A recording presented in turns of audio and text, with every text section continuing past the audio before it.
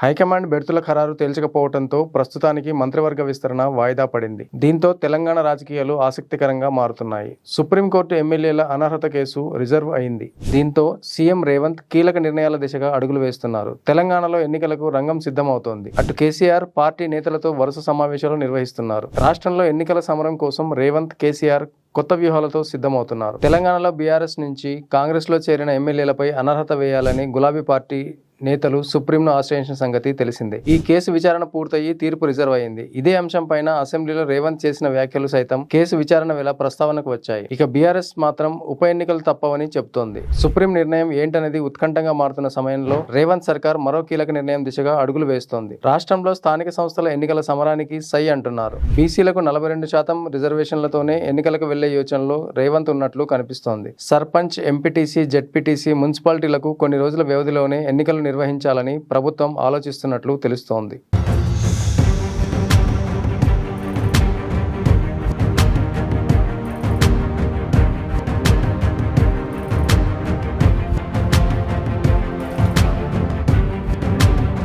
స్థానిక సంస్థల ఎన్నికలు జూలైలో నిర్వహించాలని భావిస్తున్నట్లు సమాచారం. ఎన్నికల ఏర్పాట్లపైన చర్చలు జరుగుతున్నాయి. ముందు ఎంపీటీసీ, జెడ్పీటీసీ, మున్సిపాలిటీలకు ఎన్నికలు నిర్వహించి ఆ తర్వాత పంచాయతీల్లో సర్పంచ్ ఎన్నికలు నిర్వహించాలనే ఆలోచనలో ప్రభుత్వం ఉంది. అధికారులు మాత్రం ముందు సర్పంచ్ ఎన్నికలు నిర్వహించాలని సూచిస్తున్నారని సమాచారం. గ్రామాల్లో సర్పంచ్ల పదవీకాలం ముగిసి ఇప్పటికే ఏడాదికి పైగా అయ్యిందని, కేంద్రం నుంచి రావాల్సిన 15వ ఆర్థిక సంఘం నిధులు 1500 కోట్లకు పైగా నిలిచిపోయాయనే వివరాలను సర్కార్ దృష్టికి తీసుకెళ్లారు అధికారులు. మొదట సర్పంచ్ ఎన్నికలను నిర్వహించి ఆయా పాలక వర్గాల వివరాలను కేంద్రానికి తెలియజేస్తే నిలిచిపోయిన నిధులు వచ్చేందుకు అవకాశం ఉంటుందని చెబుతున్నారు. ప్రస్తుతం పంచాయతీలు, మున్సిపాలిటీలు ప్రత్యేక అధికారుల పాలనలో ఉన్నాయి. స్థానిక ఎన్నికల్లో బీసీలకు 42% చొప్పున రిజర్వేషన్లను అమలు చేయాలని సర్కారు భావిస్తోంది. ఇందుకోసం స్థానిక సంస్థలు, విద్య, ఉద్యోగ రంగాల్లో బీసీల రిజర్వేషన్లను 29 నుంచి 42% పెంచుతూ అసెంబ్లీలో 2 బిల్లులు ప్రవేశపెట్టి ఆమోదించింది. అవి గవర్నర్ ఆమోదం కోసం పంపారు. పార్లమెంటు ఉభయ సభల్లో తెలంగాణ బీసీ బిల్లులు చర్చకు రాలేదు. మళ్లీ వానాకాలంలో పార్లమెంటు సమావేశాలు జరుగుతాయి. దీంతో ఈ అంశంపై మరికొంతకాలం వేచి చూడాలనే ప్రభుత్వం భావిస్తోంది. ఎన్నికలకు వెళ్లాలనుకుంటే గతంలో అమలైన రిజర్వేషన్లతోనే నిర్వహించాల్సి ఉంటుంది. దీంతో రిజర్వేషన్ల విషయంలో న్యాయ సలహాలు తీసుకుంటున్న ప్రభుత్వం ఈ అంశంపైన స్పష్టత వచ్చిన వెంటనే స్థానిక సంస్థల ఎన్నికలపైన అధికారికంగా నిర్ణయం తీసుకునే అవకాశం కనిపిస్తోంది.